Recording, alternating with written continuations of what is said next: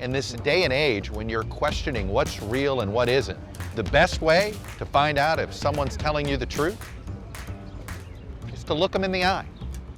Welcome to a new kind of Sunday show. Real human interactions and insight on your week ahead.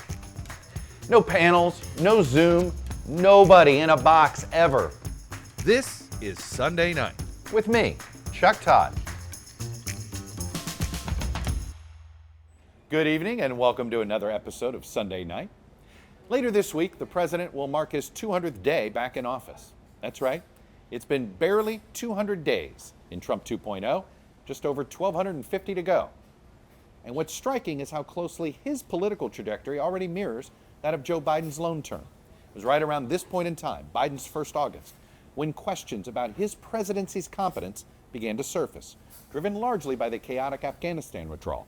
It was a political wound he would never recover from. This time, the damage isn't foreign policy, it's the economy, or more precisely, the perception of the economy. And at the center of that perception is Donald Trump's full-throttle effort to re-engineer the American economic model into a more protectionist framework. His stated goal, reshore manufacturing and reduce reliance on global supply chains. But whether this approach will work remains an open question. Most economists are skeptical, and we may now be seeing the early consequences. Higher tariffs, stubborn inflation, a more isolated trade posture, and growing signs of economic strain. Will the public have the patience to ride out this transformation? And perhaps more importantly, will the rest of the world cooperate with Trump's vision of how the global economy should work? A vision that runs counter to how most economists and most U.S. allies believe modern economies should function. Could stagflation, the economic scourge of the 1970s, be around the corner? This week's troubling jobs numbers may be the first tangible sign that the critics of Trump's plans were right. But the president isn't backing down.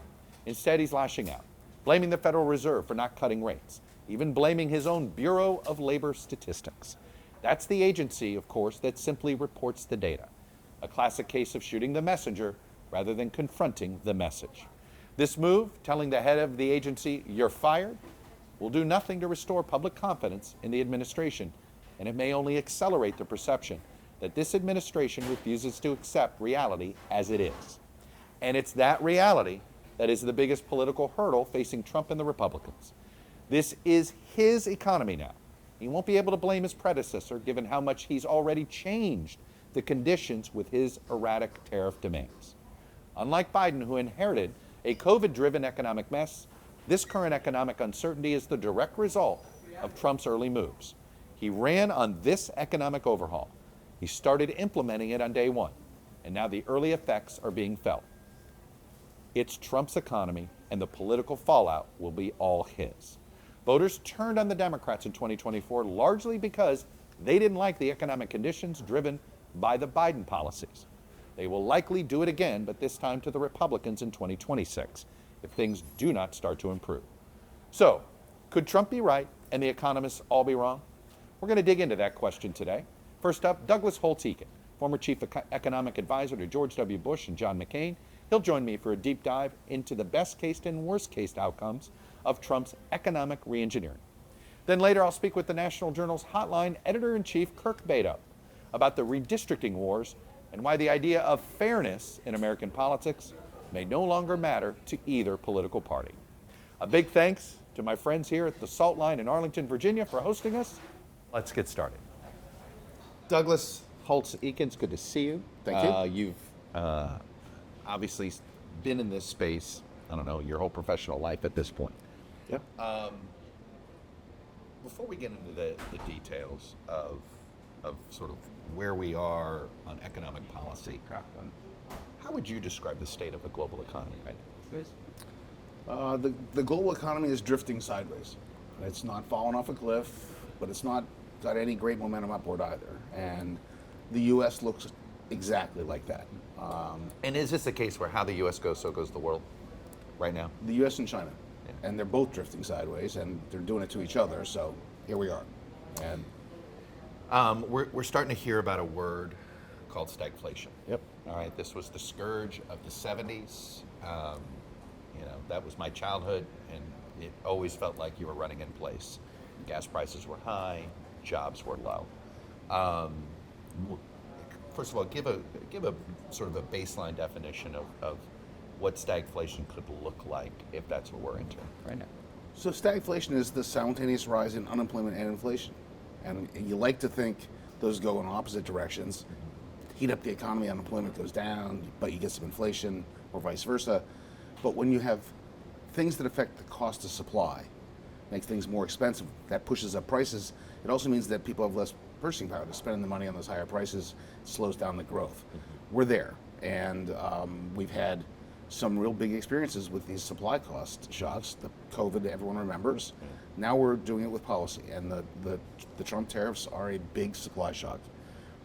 They're about a $350 billion tax on American families and businesses, and it's going to take its toll somewhere. Was the White House and frankly a lot of people in Washington looking at this summer before the last, say, 72 hours and thinking, oh, maybe Trump's right about this, or maybe the global economy is so resilient it can handle this? Does that now look naive in hindsight? It looks naive and optimistic, but I think I understand it because I am now officially old. I was trained in the aftermath of the 70s and got my PhD during the 80s as we dealt with the stagflation. And 20th century business cycles look exactly like this. Mm-hmm. Then somehow in the 21st century, Mother Nature changed the rules. We had these financial crises. We had dot-com bubble, great financial crisis, and those move fast, and they hit the economy fast. People got used to that. But they went in and out too, though. And COVID did that. It hit fast. It hurt, but we Right. also recovered quickly too, right? So people, I think, got trained with it. They said, okay, tariffs in, it's got to go down. It didn't go down, we're good. No, that's not how this works. It's going to take between now and December, and there are going to be two key moments, back to school shopping and holiday shopping, and there's going to be a steady sort of decision by businesses to stop eating the tariffs and pass them along. And, Right. and we've got a labor market that's just stalled. Nobody's getting fired, but nobody's getting hired. And that can't last forever. You know, it's interesting you said this about you essentially were trained, and a lot of the economists, I've had a conversation with Jay Powell about this, that he is also a student of the mistakes of the 60s and 70s. Yeah. Right? The singular mistakes of that Federal Reserve on mismanaging inflation. And I remember Jay Powell gave me a tour of all the photographs of all the Federal Reserve chairs. He said, I don't want to be him. I thought you were going to say the construction No, site. no, exactly. This was pre hard hat, although I was in the temporary facility. And he pointed to Arthur Burns. Yeah. And he said, none of us ever want to be him. Right. Explain. Probably the worst modern Fed chairman. Did absolutely whatever Richard Nixon wanted him to do at tremendous cost to the broader U.S. economy and the citizens. So that was what a politicized Yes. Federal Reserve Looks looks like. like. Absolutely. And it gave us stagflation. Yes. A decade. It took us arguably more than a decade to recover from that. It took a long time, and it took a big recession, and it took someone as tough as Paul Volcker to stand up to the public hue and cry. I mean, there were death threats at the Fed. I mean, people forget what that was like, but they had to raise the interest rate, the so-called federal funds rate, to 19.25%. You can't even wrap your head around that number these days. And so they crushed the U.S. economy to get rid of the inflation, and it was painful. So there's really, it doesn't matter if you're on the left side of the aisle or on the right side of the aisle. If you're a trained economist, there's been almost a universal belief you don't manage monetary policy that way. Correct. And it's not just belief. There's actually a large body of research that shows more independent monetary authorities get better results. They have higher on average employment growth, lower on average inflation. The more politicized it gets, the worse the results. Probably the leading example in the globe today is Turkey, where it's highly politicized and having a terrible time. So if you're in business right now, we've seen what you've said that our economy is sideways here. I guess the question is, it feels as if, do you expect employment to continue to sort of stagnate, or we're just going to have creeping unemployment? Because we do have massive job losses in the federal government that continue to sort of continue to have an impact. And then there's AI, which everybody's waiting to have this sort of white collar wipeout of jobs. So between that and this uncertainty about costs in your day-to-day businesses, I mean, how does this get better? Well, you get past the tariffs. I guess it doesn't get better. So, I mean, the thing that Powell has said repeatedly and that the administration agrees with is the tariffs are a one-time thing. They are not ongoing inflation. They're an increase in prices, in costs. It's going to show up as increase in prices. To a mere mortal, that's going to look like inflation for a little while, but it should stop because we're not going to continually add tariffs. So you get past that, you readjust to the cost of different things, and then as you make more revenue, you can put it back into rebuilding the labor force. But that's not months and days, that's quarters, maybe a year in timetables. And so, that's how you get past it. I'm more concerned than I think most people. I've been concerned about the labor market because prior to the revisions we heard about, last month's job report was celebrated, 147,000 jobs. If you looked inside that report, and wages were creeped up too, right? Unemployment rate went down. So you look at the details, and 73,000 of those jobs are in state and local governments. The private sector is about 70,000. 60,000 of those 70,000 are in health. Everybody else is just standing around looking. There's only one place that's hiring. Indeed, now that we have the Basically, revisions, what you're saying is home health care. The fact that we're living longer as a society is creating jobs. The economy of home health aides this year. That's it. Because in the past 3 months, if you take out the health sector, employment has fallen. That's a weak economy, and it's been disguised by this health hiring.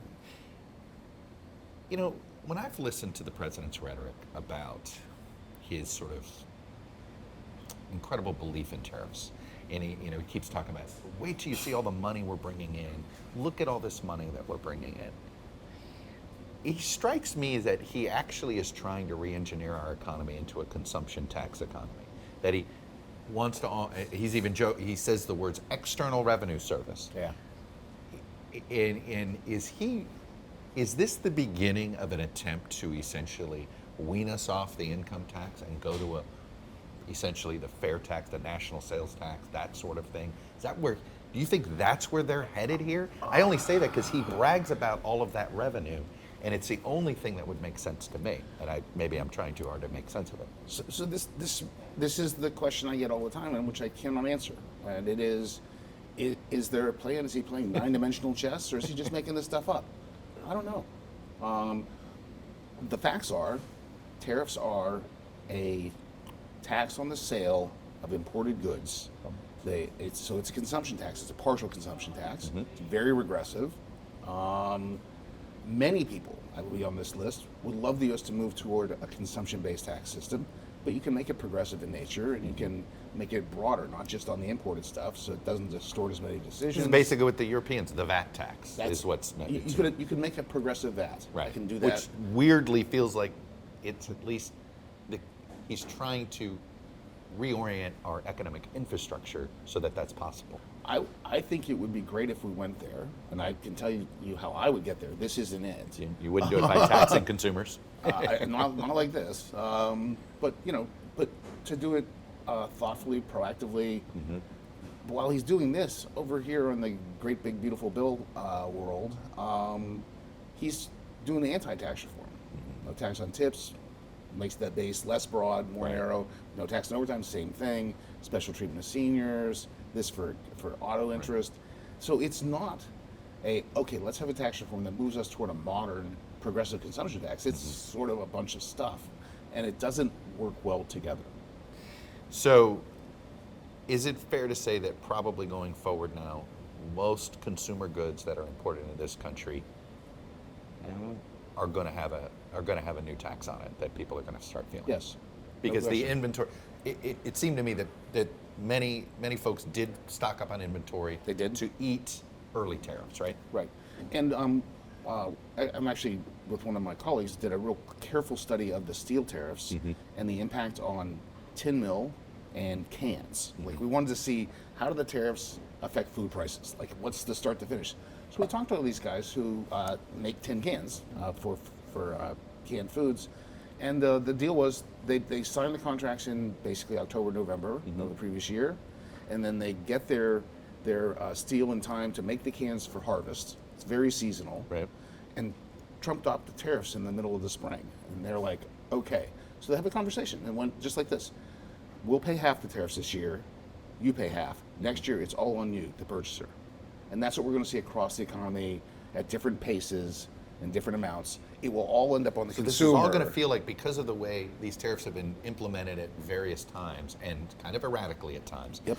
So it's going to feel like, oh, prices went up again. Prices went up again. Yes. Because another sector's tariffs kicked in. And the deal they cut on the last contract's gone, and now we get to push it up. And Wow. so it doesn't happen overnight. And as you know, we said earlier, people kept waiting for it. Like, oh, the inflation's got to jump up. It didn't happen. We're good.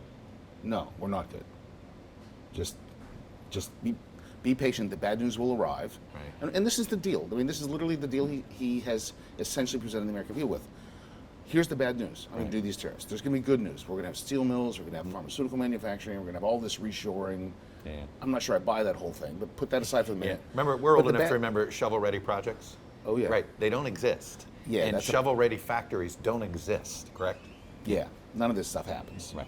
So, you know, this is the bad news. The bad news comes in the form of higher prices and/or lower employment. Right. That is that. And I worry that there won't be enough good news to make it worth it. So, is there much the Fed really can do here? So he's obviously lashed out at the Fed once. I mean, Yeah. is an understatement. And it guarantees that whoever's the next Fed chair It's damaged. is damaged. I was just going to say, it automatically, I mean, the credibility of the Federal Reserve basically is in the hands of Jay Powell, and as soon as he's gone, it's over. Yes, I mean, no matter who takes the job, the suspicion Because will of what be he's he done. cut the deal with the Right. president to cut rates no matter what. Yeah. And the perplexing thing to me is, go back to what I said before, there's a lot of literature that says a more independent Fed would deliver better results. Right. Every president is judged by the results on their watch, whether they deserve it or not. Right. It's in the president's interest to leave the Fed alone, get good results. But they can't seem to get there. So what would happen if the president got his way and we lower interest rates? Do we accelerate inflation? Yes. Pure and simple, right? Pure and simple. So right now, inflation is ticking up. It's not continuing back 2.7, down. 2.8, right? It's ticked up in the top line, but the places you would be worried about, like let's say durable goods, with the kinds of things that get shipped across oceans and imported. Mm-hmm. June inflation in durable goods 5.7%. That's a big number. It's coming. It's a big number. It's coming. And so what's the Fed do? Well, if inflation gets higher, we should raise, or at least stay where we are. But if employment starts to drop off, we should cut. They are caught. They have no good choices. So one of the rationales, and this is where I think AI comes in. So one of the rationales of lowering interest rates is that it lowers borrowing costs so that you can invest, you can hire more people. Yep.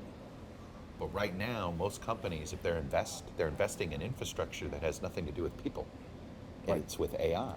So And it's not interest rate sensitive. They're spending the money anyway. no matter what. So this feels like it's just basically you're going to give out some free money that's just going to get poured back into robots. The motivation for the rate cuts is a bit mysterious to me. Part of it is he's I think, an old real estate guy, and Right. the Well, he's just housing thinking about his sector's own a- debt. Housing sector I'm is sorry. a disaster. I don't so, mean okay. no. When I say his Yeah, own that's a debt, fair point. But he always thinks about, well, I got to Yes. finance the debt, whether it's the country's debt or his debt. So all he thinks about an interest rate is how much is it going to cost me to refinance debt? Yeah. And right now That's it's fair. expensive, right? That's It what is. real estate guys think about. That's what they how much think about. because if you can refinance debt, then all of a sudden you've got more cash to go invest in a new property. So he views it, and that's a very dangerous way to view interest rates, is it not? Yeah. Yeah. Yeah. I mean, you're the thing the Fed knows better than anyone is you can't target interest rates toward any particular activity, sector, person. It's everybody. And it's, in fact, a very blunt tool. I don't think people appreciate this. They control the rate on overnight loans. Right. And then they push it up or push it down, and they watch as it spreads out to 30 days, 1 year, 5 year, 10 year, and then across every type of credit. Auto loans, mortgages. That's not high science. That's blunt instruments. And so the Fed's doing the best they can with blunt instruments. Let's go to his lashing out at the head of the Bureau of Labor Statistics. Okay. Walk me through. You were the chairman of the Council of Economic Advisors, which means you got the jobs report when you worked for President Bush. Yep. You got the jobs report before anybody else in America did. Yes. Okay. And so explain the timing of it. And because this is important, because you noted to me a whole bunch of things the government that the Trump administration announced the day before these jobs reports came out, in the 24-hour period where they knew the numbers, but the public didn't. So walk Correct. me through the process. So at 2 or 3 o'clock, the Bureau of Labor Statistics in the Department of Labor. So in this case, July 31st. at Yes, 2 or July 3 o'clock. 31st, Yeah. on a Thursday. Jobs always come out on Friday, so it's Jobs Friday where I live. It's very exciting. It comes over I on grew up with Thursday. Auction Friday, by the way, but that's a whole nother story. It's I not don't as wanna much get fun. into that. Come on. So 2 or 3 o'clock, it gets transmitted over to the Council of Economic Advisors, and the labor economist takes that and does an analysis of it for the chairman and the other members of the council. Sits down with them, drafts a memo, which they then finalize, and that memo is sent to the president, the secretary of the Treasury, the Fed chairman. Here's what the data say. Here's how we would interpret them. At 4 o'clock, they sit with the president and they say, "Mr. President, you've gotten our memo. What would you like to know? Let's go This through is the almost like numbers." the intelligence briefing Yeah. that a president gets, but for the economy. Yeah. Yeah. And the comm staff is sitting in that meeting because they're going to have to explain to the American people how to Right. think about this, Right. and so that meeting takes place. And I worked in Bush White Houses, so they were super disciplined. Right. And This is Andy Card, Josh Bolden guys, and- right? Like very, very regimented. and you have 13 minutes or Yeah. something like that, and then you may go. And so we did that, and what happened this time? So now this is now in the realm of Doug speculating. Yes. We saw this is bad news, right? They knew it was the bad news. numbers. The revisions in are particular. really bad. The numbers are not great. Unemployment goes up. It And looks they a know lot all this is weaker. coming, and they have about 12 hours to act. So on the substance, the economists are now saying to themselves and to the president, I hope, it's their job to say, Mr. President, economy's weaker than we thought. These tariffs are taking their toll. Yep. Might want to think hard about what we're up to. Yep. And they have set this deadline of August 1st for, what is Liberation Day 2 or whatever you want to call it. And it's going to be on the day when these numbers come out. Oh my. So they suddenly announced, first I'd heard of it, they're going to be effective August 7th. Yeah, we're doing the So announcement this was a total tomorrow. stock market play, We're just wasn't it? pushing I hate it to back. be that cynical. Feels Yeah. like a total stock market play. Easily. Yeah. Could easily be. Right? Just push it back a week for the Calm actual markets down implementation. so they don't go too crazy. Don't freak. And announce that for anything that's in shipment, the tariffs aren't going to apply. So if you've been trying to get your inventory up and everything, you're good. And there's some cheap estimates that the real impact now gets pushed off to late September, early October. Right. So they got past the back to school shopping. That's all that was. So this is That's what they did. And this this is how he's operated since the Liberation Day 1.0, which Yeah. is he's just trying to get through the next news cycle. And if you try to manage the economy by news cycle, are you ever going to catch up? No. It's 320 million people, $30 trillion. Not the most obedient people you've ever met. I mean, they do what they want by and large. So in this instance, he decides to fire the messenger. Literally shoots the messenger, fires the head of the Bureau of Labor Statistics. So here's the reality: you now can't, if you can't trust that government economic data, what does that do to economists? Where do you get good employment data if you now have to worry There's that no you're other not gonna source right now. There is no other source right now. There's a lot of, I think, blue sky wishful thinking. We're going to have AI guys crawling across the data in the private economy. AI and only works if replicating it has this. the data in it already. Gotta be I always have trained, to tell right? This is people, a problem. yeah, AI only This is works. the problem. It's garbage in, garbage out. If it's good stuff in, you'll get good stuff out. The simplest thing to do, and honestly, would be to just spend some more money on the data. Yeah. We have starved the statistical agencies on a bipartisan basis for a long time. Right. And the way this works is they go out and they don't get to look at the whole economy. They go to a sample of firms. They pick a couple, they try to get it across all industries, take a look at a couple firms, ask them how many people they have on the payroll, Right.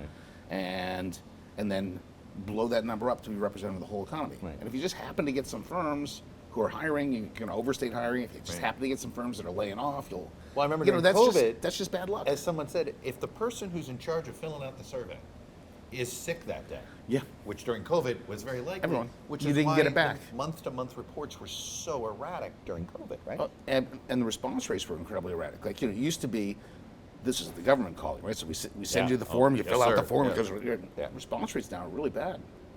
So you need more firms. And that's just dollars. That's all there is to it. And so what happened, and the BLS is very honest about this. So if you actually read the employment report, no one should do this, but if you read it, it says the 90% confidence interval is 136,000 jobs. That means that this could be greatly revised as a matter of course. All right, I'm a political guy, so So I think about that. margin of error. So what That's you're it. telling me, That's the margin of error, the margin of error 136,000. is more than the actual jobs number. Yes. So plus or minus, maybe a negative jobs report. There's a chance this Absolutely. is a negative jobs There was a report. chance this is a negative jobs report upon revision, no question. Wow. So, politicians hate this stuff. When I was the CBO director, I had the nerve to put the confidence interval, the margin of error, around the deficit estimate. And then Budget Chairman Jim Nussle told me, don't you ever do that again. Why was it? Because they just wanted some certainty? Because he says, it makes it look like you don't know anything. I said, no, I don't know anything about the deficit 10 years from now. That's the truth. That's what I'm trying to tell you. Yet you were Don't do always that. at CBO Do not do that. responsible for saying, what could the deficit look like in 10 years? Yeah. Well, Yeah. who knows? Yeah. All right, let me get you out of here on this.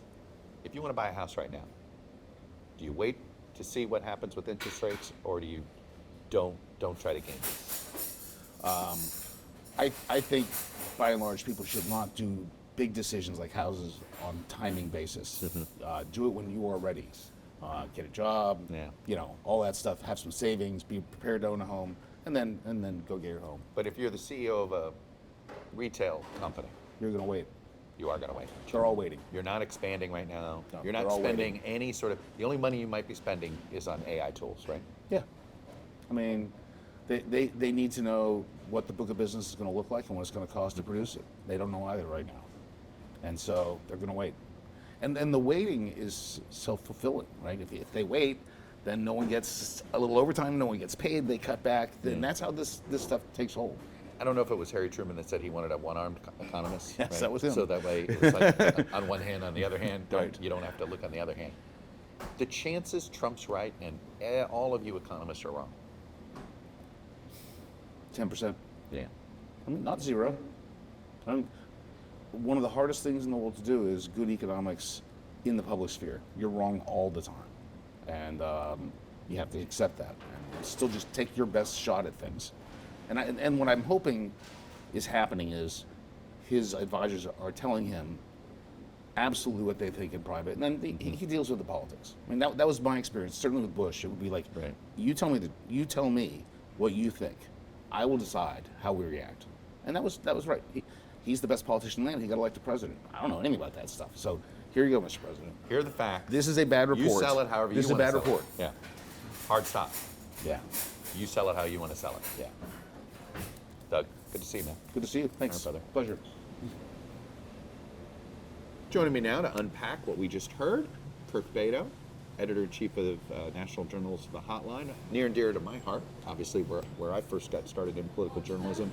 And before we get started, you guys are joining Noosphere. You're joining Noosphere. I am joining Noosphere. I'm going to have a weekly show starting next week. We're going to be running down all the run-up to the midterms here, all the campaign news that you might have missed, a little bit under the radar. It's really similar to what we're doing in Hotline every day, but a little bit tighter, a little bit more information in there. Not necessarily the fax machine or newsletter that you were used to, but we're really excited to be But joining. the same philosophy, which is sort of basically news you need to know. News you need to The know. information you need to know to move forward, which is what Noosphere, I think, does exceptionally well. Look, you're not an economist. Neither am I. No. The economy, though, is one of the most important things that impacts any political cycle. So here we are, 2024, clearly an election that was about the economy. Are you seeing any indication that 2026 is going to be about anything other than the economy? No, I don't think it's going to be anything about Epstein that you guys have been covering so much. It's been dominating the news. I don't think it's going to be anything about the immigration crisis. It's all going to be about the economy. As you said, that was the number one issue for voters in 2024. And there's no reason to think that it's not going to be top of mind in 2026, in 2028, and beyond right now. Later this week, the president hits day 200. We always make such a big deal out of the first 100 days. Here we are at the second 100 days. And what's intriguing to me as we sort of get into what's happening with the midterm cycle here is, as he begins, sort of as he prepares to get to Labor Day, which is the unofficial kickoff to the 2026 midterm cycle, Exactly. it's striking to me how he's almost politically in the exact same space Joe Biden was at this same point in time in his presidency. Joe Biden had the Afghanistan withdrawal. Donald Trump has tariffs. It feels as if, though, there's a similar impact on their political standing. Absolutely. This is when, 4 years ago, to your point, Joe Biden's approval ratings inverted, and they never recovered. We saw the same thing start to happen when Trump in April, during the first round of Liberation Day tariffs, and when he introduced all this uncertainty to the global economy and the U.S. economy as well. And it's kind of a question of competence for voters here, that Joe Biden, who was elected to be a return to competence, a return to normal, and he promised that he would pull us out of Afghanistan. He did, but the way it happened, the way it played out on TV screens across the world, was a disaster that he never recovered from. Trump is supposed to be the deal maker in chief, the art of the deal. No one likes making deals like him. If he can't pull us out of this economic uncertainty we have right now that he's introducing, that if people see good prices rising still, which they are across the board, Trump promised that he's acknowledging that there's going to be a temporary pain in the economy. Are voters going to be able to stomach that? Are Republicans going to be able to stomach that next November in the midterms? And now it's a Republican Party that anybody on the ballot in 26, I can't think of many that have successfully given themselves the opportunity to distance themselves from the president if the president is that unpopular. Exactly. And over half of this Congress was elected after Trump was first elected as well on the Republican side. These are all Republicans who the currency of the realm is loyalty to Trump. So this is Trump's party. This is Trump's party. He owns this party. Unlike last time during his first term 8 years ago, there's no real big dissenters in there. And if they are, they're heading toward the exits. Don Bacon, Tom Tillis, Mitch McConnell stepped down from leadership. This is a unified Republican Party under Trump. And they're willing to go down with the ship if he's going down. All right, so the big news this week has been the redistricting wars. Yes. And I want to lament one thing before we get into the tactics here, which is neither party seems to care that what they're doing is not fair. That it is not small d democratic to their state's voters, right, whether it's California or Texas. What they're doing is intentionally unfair to their state democracies. And do voters care about this? There's been no pretense at all that this is anything other than we need to carve up these districts. We need to have these elected officials We're not pretending choose their voters. that there's a larger morality to this. No, idea. we're no appealing to better angels here Yeah. right now. We're in a political knife fight in the trenches right now for these districts in Texas. And there's no pretense at all that this is trying to be anything other than we need to carve up as many seats that are favorable for us as possible. So I've seen a lot of analysis of what Texas has tried to do. It seems as if they've drawn a very good map for Republicans if this were a presidential year. Correct. Counting on presidential level turnout, but 2026 is not going to be a presidential year, and we know when Trump's name's not on the ballot, there's almost a collapse in Republican support. Exactly. No, this map that Texas proposed right now dilutes a lot of those safer Republican districts, adds a few more Democratic areas in there to make these Democratic-held seats more competitive. And as we've seen, like you said, Chuck, in lower turnout elections, in special elections and off-year elections, Democrats have the advantage right now. It's a trend that kind of reversed from what it was about 20 years ago or so, where Republicans were those infrequent voters. Right. But now Democrats are. And we've seen that the special elections, Democrats have had an advantage. They've had an enthusiasm advantage, a turnout advantage, and that could translate to 26. This could be what we call, and it's called a dummy mander. This could put a lot of those Republicans at risk in Texas. The irony is that the voters that might be most sensitive to the unfairness aspect are more likely to punish Democratic states for doing this than Republican states for doing this. Absolutely. Is that a fair way of looking at it? Absolutely. And let's not kid around the bush here. Democratic states do this all the time too. Look Illinois at and Maryland. Illinois. I always say Illinois and Maryland are the Texas and Florida Absolutely. of the Democratic Party. They don't pretend they're doing anything other than jamming Republicans and trying to exploit whatever advantages they have.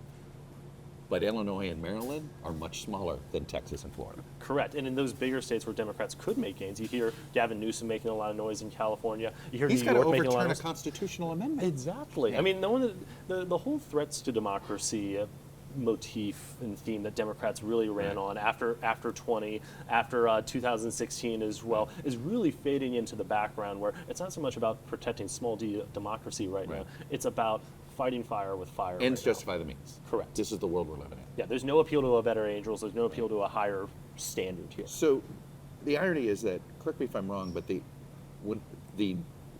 you looked at the entire reapportionment map after the 2020 census, from 60,000 feet, this was the most competitive map we'd had between the two parties in my lifetime, where you basically had 205 Republican seats, about 205 Democratic seats, Yep. and about 25 swing districts. I mean, it's the most narrow House map Yeah. we've had in so. There's So only 16 crossover what will these districts. changes do? Narrow it even more, or will we actually have an expanded battleground map because of the dummy map? We could potentially have that. You know, I'm old enough to remember in the 2020 election before they redrew the map that Texas was the front lines for control of the House. Right. Democrats invested millions of dollars in there in these competitive swing seats, but because of those trends with Latino voters going more towards Republicans, they got wiped out there. Then the redraw happened. There was an incumbent protection program. They got a lot more solidified. So yes, in a world right now where there's 25, as we sit here and talk right now, there's about 25 seats that are probably going to decide control of the House. If this dummy manner goes in, we could maybe see that expand to 40 seats, maybe. But in the last about 10 years or so, the battle for the House has gotten so narrow that even if we're not looking at the same type of scenario from 2018, where there was a huge wave right now, we're not going to see a 60 seats flip here. We're looking max. If Democrats win control of the House, maybe it's double-digit gains. That would be a great day. That would be Yeah. a 2018 And style if wave if it's Republicans double digits. hold, maybe they gain, what, 5 seats? If that. Yeah. I mean, strategists we talk to on both sides of the aisle say that it's going to be single digits. All right, we know Texas is going to change. The next two places to watch are California and New York. The likelihood they're going to be able to do their Probably redistricting as well. probably very, very slim chance. I give it probably less You than don't think either New 20% York or chance. California is able to remap? Because during those good democracy, better government reforms in the last about 10 years or so, Right. voters in both those states and lawmakers in both those states supported more independent commissions, commissions where there are guardrails. To your point earlier, Gavin Newsom's going to have to So push through a Democrats have to constitutional amendment. basically run against Democratic reforms that they championed just 5 years ago. Correct. If they want to keep up with what the Republicans are doing. Correct. And the only other state that we know is going to have new lines, we have the proposal in Texas, Ohio. Ohio has to redraw their That was map. court ordered. That was court ordered because the one they used a few years ago was unconstitutional.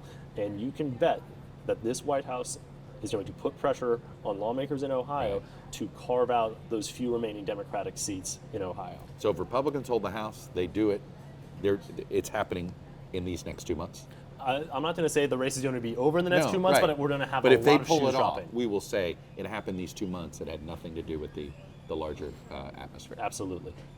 Kirk Bado, welcome to Noosphere. Happy to be here, Chuck. You got it, brother.